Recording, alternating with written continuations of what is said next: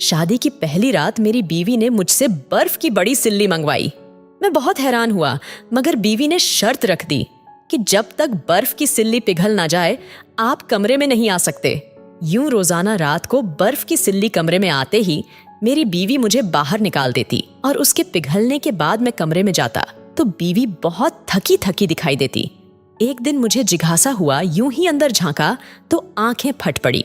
मैंने अपनी बीवी का घूंघट उठाकर सोने के कंगन उसके सामने कर दिया और बोला, ये कंगन तुम्हारे हुस्न के आगे कुछ भी नहीं है महक, मगर मेरे तोहफे को कबूल कर लो। महक ने अपनी झुकी हुई पलकें उठाकर कहा, रवि, अगर आपसे मुंह दिखाई का तोहफा मैं खुद से मांगू तो आप मुझे ला देंगे। मैं हंसकर बोला, क्यों नहीं महक, आज तुम चांद तारों का कहो तो वो भी तोड़ लाऊंगा। मैं बड़े अच्छे मूड में था, इसलिए शायराना किस्म की बातें कर रहा था। महक संजीदगी से बोली, मुझे बर्फ की एक सिल्ली चाहिए। मैं हंस दिया क्योंकि मुझे समझ ही ना आया कि इस बात का मैं क्या जवाब दूं। महक बोली, रवि, आप हंसे नहीं, अपना वादा पूरा करें, मुझे बर्फ की सिल्ली ला दें। पहले तो मुझे लगा कि वो मजाक कर रही है, मगर जब वह अपनी जिद पर कायम रही तो मैं समझ गया कि यकीनन वह मुझे आजमा रही है।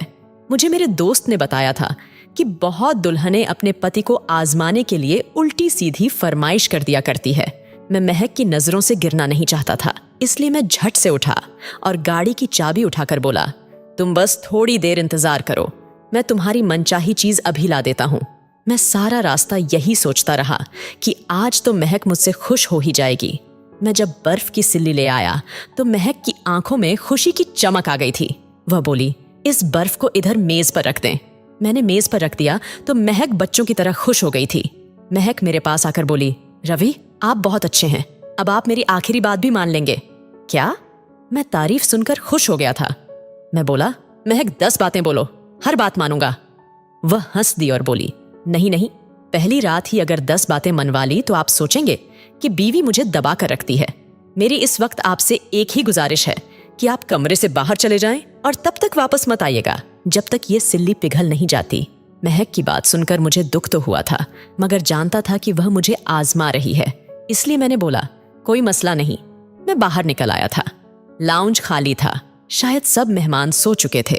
मैं लाउंज में बैठकर सिगरेट पीने लगा था। मैं यही हिसाब लगाने की कोशिश कर रहा था कि इतनी बड़ी बर्फ के सिल्ली ऐसी वाले कमरे में कब तक पिघलेगी।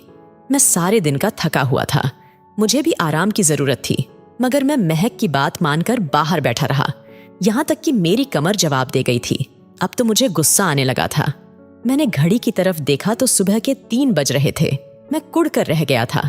तभी मेरे मोबाइल की घंटी बजी तो महक का नंबर देखकर मैंने कॉल उठा ली। वह बोली, रवि, आप रूम में आ जाएं, बर्फ पिघल गई है। मैं भी गुस्से से उठा और रूम की तरफ चल पड़ा।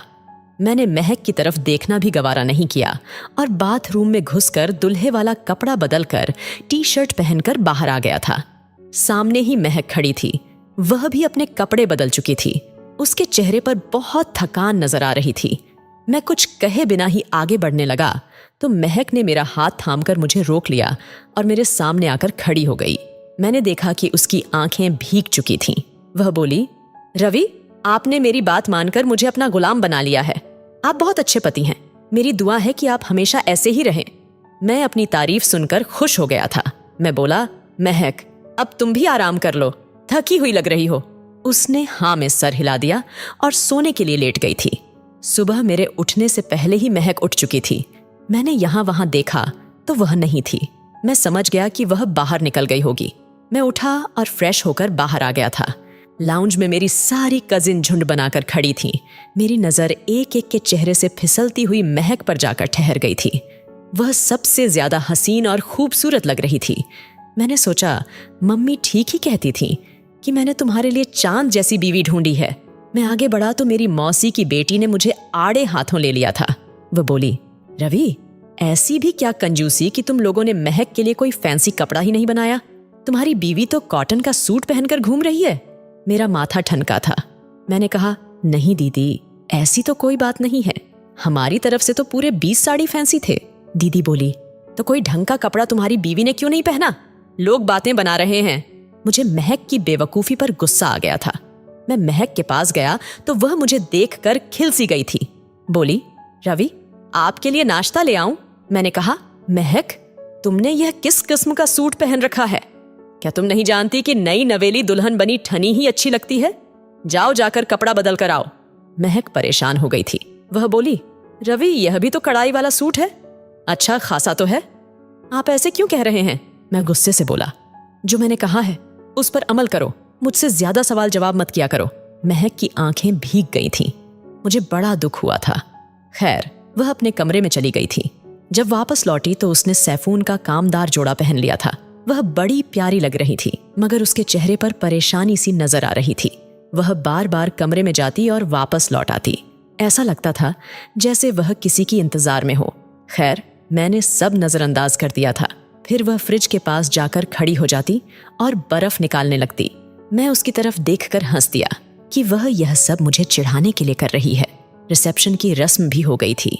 मैं कमरे में गया तो मुझे महक बड़ी परेशान लगी थी। मैंने उससे उसकी परेशानी की वजह पूछी तो वह मुंह फुलाकर बोली, आपने आज मुझ पर गुस्सा किया था। मैं हंस दिया और बोला, महक, तुम्हें मनाने के लिए मुझे क्या करना चाहिए? वह बोली, मुझे बर्फ की एक सिल्ली ला दें, मैं अपनी सारी नाराजगी खत्म कर दूंगी। मैं महक को देख कर रह गया था और फिर मजबूर होकर बर्फ की सिल्ली ले आया और मेज पर रख दी। वह बोली, अब आप कमरे से बाहर चले जाएं। मैं बाहर निकला तो खुशकिस्मती से आज भी लाउंज खाली था। मुझे यही डर था कि अगर मुझे किसी ने ऐसे देख लिया तो लोग बातें बनाएंगे। मैं सोफे पर लेटकर आराम करने लगा था, क्योंकि जानता था आज फिर बर्फ की सिल्ली देर से ही पिघलेगी। वही हुआ। सुबह 3 बजे ही महक का फोन आया था। वह बोली, आप कमरे में आ जाएं। मैं चला गया। महक के चेहरे पर नजर पड़ी तो वह बहुत ज्यादा थकी हुई थी। तभी मेरी नजर सोफे पर पड़े तकिए पर गई। मैं बोला, महक, यह सब क्या है? महक बोली, रवि, मैं एक बहुत ही प्रैक्टिकल लड़की हूँ। मैं अरेंज मैरिज पर यकीन तो रखती हूँ, मगर एक दूसरे को समझे बगैर किसी किस्म के रिश्ते को शुरू करने को पसंद नहीं करती। इसलिए कुछ रातें मैं सोफे पर सोया करूंगी, तब तक हमारी दोस्ती भी हो जाएगी। मैंने हाँ में सर हिला दिया था, मगर सोच कर रह गया कि महक मेरे साथ यह सब क्यों कर रही है। वह तो साफ साफ मुझसे बच रही है। मैंने कहा, महक, लगता है आपकी शादी आपके घर वालों ने जबरदस्ती कर दी है। मुझे मालूम था कि अब वह कहेगी नहीं, रवि, ऐसी कोई बात नहीं, मैं तो आपको चाहती हूं। मगर वो बोली भी तो क्या। जी रवि, आप ठीक कह रहे हैं, मैं अभी शादी करना नहीं चाहती थी। मेरा दिल 100 टुकड़ों में बट गया था। मैं मुंह लटकाकर सोफे पर जाकर लेटा और बोला, महक, तुम बेड पर लेट जाओ। मैं सारी रात सो नहीं पाया था। ये सोच सोचकर ही मेरा दिमाग फटने लगा था कि मैं महक की जिंदगी में एक अनचाहा इंसान हूँ। मुझे जबरदस्ती उस पर थोप दिया गया है। अगले रोज सारे मेहमान अपने अपने घरों को लौट गए थे। घर में केवल 3 सदस्य ही रह गए थे, मैं, मम्मी और महक। घर में इस कदर उदासी रहने लगी थी कि कोई इंतहा नहीं। और फिर मेरे 1 हफ्ते की छुट्टी पूरी हो गई थी, इसलिए मैंने ऑफिस ज्वाइन कर लिया था। पहले रोज तो मेरा काम में बिल्कुल भी दिल नहीं लगा, इसलिए मैं जल्दी लौट आया था तो मम्मी को दुखी सा पाया था। वह बड़ी परेशान सी लग रही थी। मैंने कहा, मम्मी, क्या हुआ है आपको? मम्मी रोने लगी और बोली, रवि, महक का कुछ पता नहीं है। वह तुम्हारे जाने के बाद घर से निकल गई थी, मगर अभी तक लौट कर नहीं आई। मोबाइल भी रूम में छोड़ गई है। मुझे अपना सर चकराता हुआ महसूस होने लगा था। दिल में यही ख्याल बार बार आ रहा था कि कहीं वह मुझे छोड़कर तो नहीं चली गई। मैंने मम्मी से महक के मैके में भी फोन करवाया था, मगर वह वहां भी नहीं गई थी। मैं अब उसे कहाँ ढूंढता। मैं चुप करके वहीं मम्मी के पास ही बैठ गया था। मैंने टीवी लगाकर खुद को सुकून करने की कोशिश की, मगर बार बार ध्यान महक की तरफ ही जा रहा था। 2 घंटे गुजरे तो लाउंज में कदमों की आहट होने लगी थी। सामने देखा तो महक खड़ी थी। महक के चेहरे पर कई रंग आ रहे थे और कई रंग जा रहे थे। सबसे गहरा रंग डर का था। वह बड़ी डरी सी लग रही थी। फिर चेहरे पर झूठ मूठ की मुस्कुराहट सजाकर बोली, रवि, आप इतनी जल्दी घर कैसे आ गए? मैं अभी थोड़ी देर पहले ही घर से निकली थी। क्यों मम्मी, आप बताएं ना रवि को। मम्मी ने बेबसी से मेरी तरफ देखा और बोली, रवि, बहू आधा घंटा पहले ही गई थी। मैंने भी अनजान बन जाने का नाटक किया था। मैं बोला, महक, कहीं जाने से पहले मुझे फोन कर दिया करो, चाहे 10 मिनट के लिए ही क्यों ना जाना हो। वह सर हिलाकर आगे बढ़ गई थी। उसके हाथ में एक थैला था, न जाने उसमें क्या था। वह लेकर कमरे में चली गई थी। उसके जाने के बाद मैंने कहा, मम्मी, महक यह सब क्यों कर रही है? क्या वह किसी और को पसंद करती है? मम्मी कांप गई और बोली, नहीं नहीं बेटा, ऐसी बात दिल में भी मत लाना। महक का किरदार बिल्कुल पवित्र है। मैं मम्मी को यह सब तो नहीं बता सकता था कि महक मुझे रात भर कमरे से बाहर रखती है, क्योंकि मैं ऐसा मर्द था ही नहीं। मुझे यह बिल्कुल भी पसंद नहीं था कि पति अपनी बीवी की बुराइयां करता फिरे। मैं उठकर अपने कमरे में जाने लगा तो मुझे महक की आवाज सुनाई दी। वह कह रही थी, अनिल, तुम्हें भगवान का वास्ता है, मेरा ये राज रवि को मत बताना। यह बात हम दोनों के बीच में ही रहनी चाहिए। मैं तुमसे मिलने वक्त वक्त पर आती रहूंगी।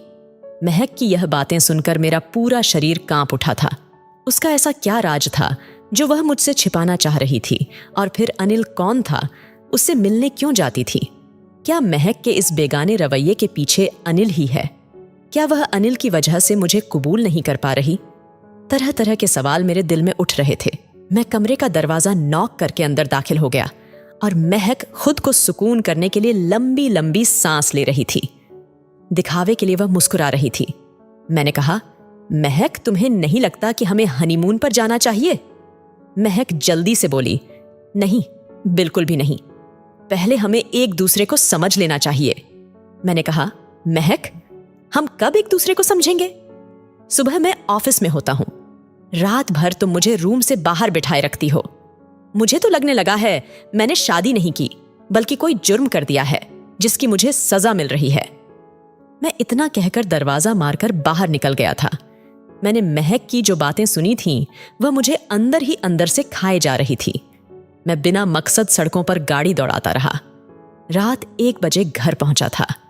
मुझे लगा था कि महक सो गई होगी, मगर कमरे का मंजर देखकर तो मैं हैरान रह गया था। महक फर्श पर बैठी खूब रो रही थी। उसका चेहरा नीला पड़ चुका था। मैं आगे बढ़कर बोला, क्या हुआ महक? वो रोते हुए बोली, बर्फ ला दो। मैं घबरा गया कि इस वक्त मुझे बर्फ की सिल्ली कहां से मिलेगी। मैं महक की तसल्ली के लिए घर से तो निकल गया, मगर मुझे कहीं भी बर्फ वाला नजर नहीं आ रहा था। मैं यूं ही वक्त गुजारने के लिए इधर उधर आ जा रहा था जब मुझे अचानक से एक आदमी नजर आया। उसके पास बर्फ की सिल्ली थी। मैं जल्दी से गाड़ी से उतरा और बोला, ये बर्फ बेचोगे? वह बोला, आधी कीमत में ले लो। मैं उस आदमी की मजबूरी समझ चुका था। शायद वह रात के इस पहर तक इसीलिए बैठा था क्योंकि उसकी बर्फ नहीं बिकी थी। मैंने उसे दुगनी कीमत थमाई और बर्फ लेकर घर पहुंच गया। महक ने बर्फ देखी तो मुझे जल्दी जल्दी कमरे से निकालकर अंदर कुंडी लगा ली थी। मैं सोचता रह गया कि महक यह सब क्यों कर रही है। बर्फ, अनिल और मुझसे दूरी के पीछे क्या राज है? मैंने सोचा कि मैं यह तो मालूम करके ही रहूंगा कि वह यह सब क्यों कर रही है। मैं मम्मी को सख्ती से चेतावनी करके घर से निकल गया था कि ज्यों ही महक घर से निकले, आप मुझे फोन करके बता देंगी।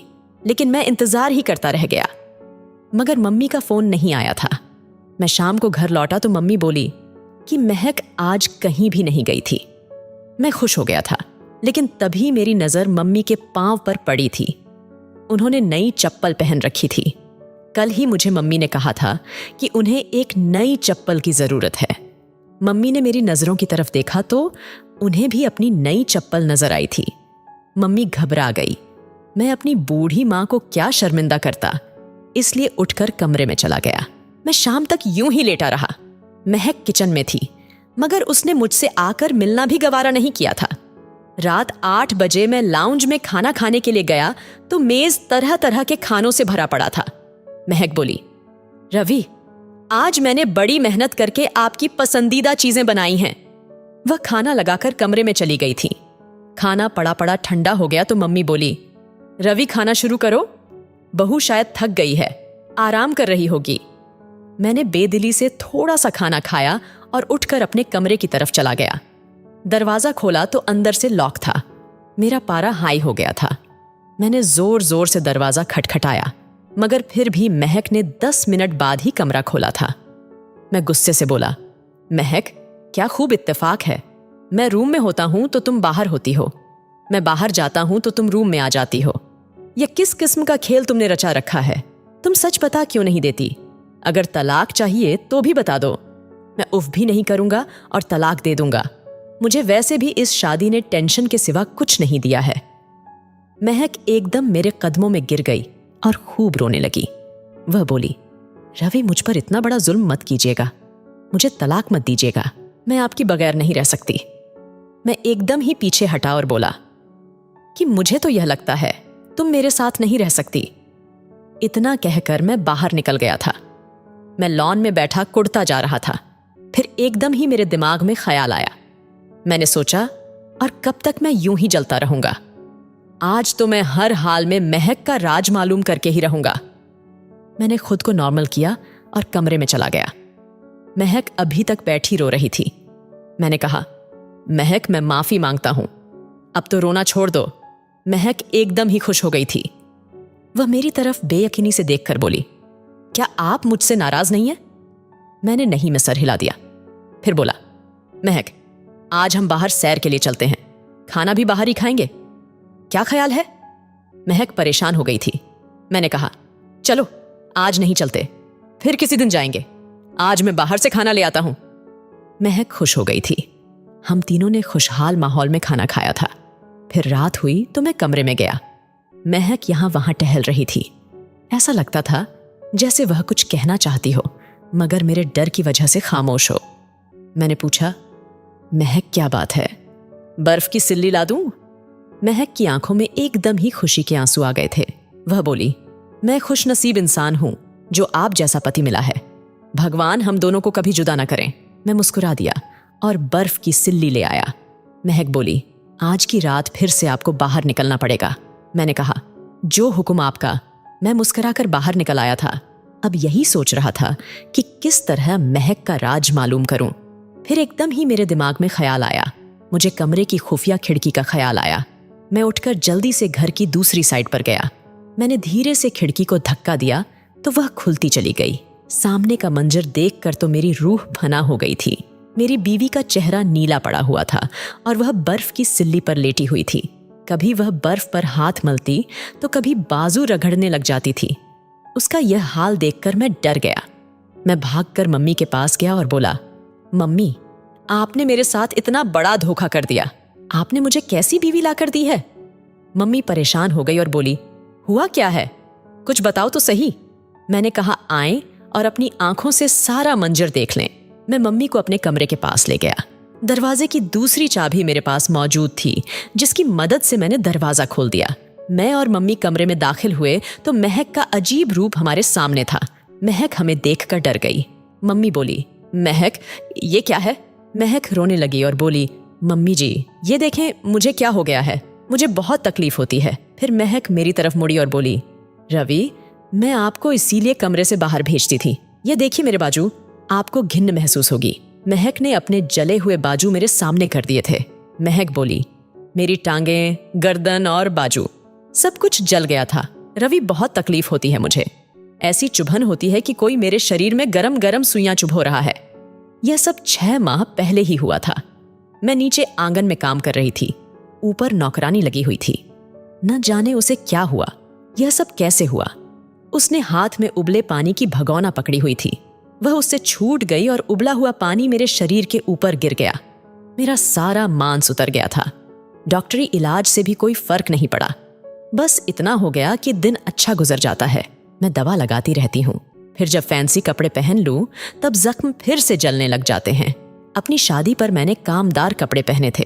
मुझे बहुत जलन होती थी, इसीलिए मैं बर्फ की सिल्ली मंगवाती थी। उस दिन भी मैं आपसे छुपकर डॉक्टर के पास गई थी। उन्होंने जख्मों की हालत देखी तो मुझे प्लास्टिक सर्जरी का सलाह दिया था। मेरे कजन ने मुझे अस्पताल में देख लिया था। उसने मुझे धमकी दी कि वह आपको सब कुछ बता देगा।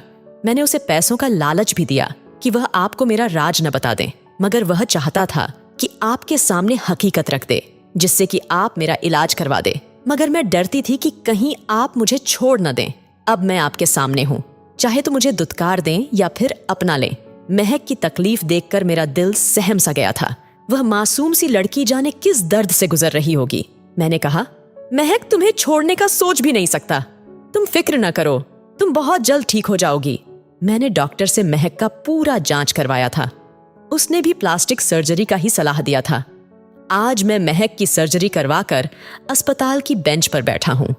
सर्जरी कामयाब हो चुकी है। मेरी आंखों से खुशी के आंसू बह रहे हैं। दोस्तों, उम्मीद करती हूँ आपको हमारी कहानी पसंद आई होगी। कहानी पसंद आई है तो वीडियो को लाइक करें, चैनल पर नए हैं तो चैनल को सब्सक्राइब करें और हाँ, नोटिफिकेशन को जरूर दबाएं ताकि अगली अपडेट सबसे पहले आपको मिले।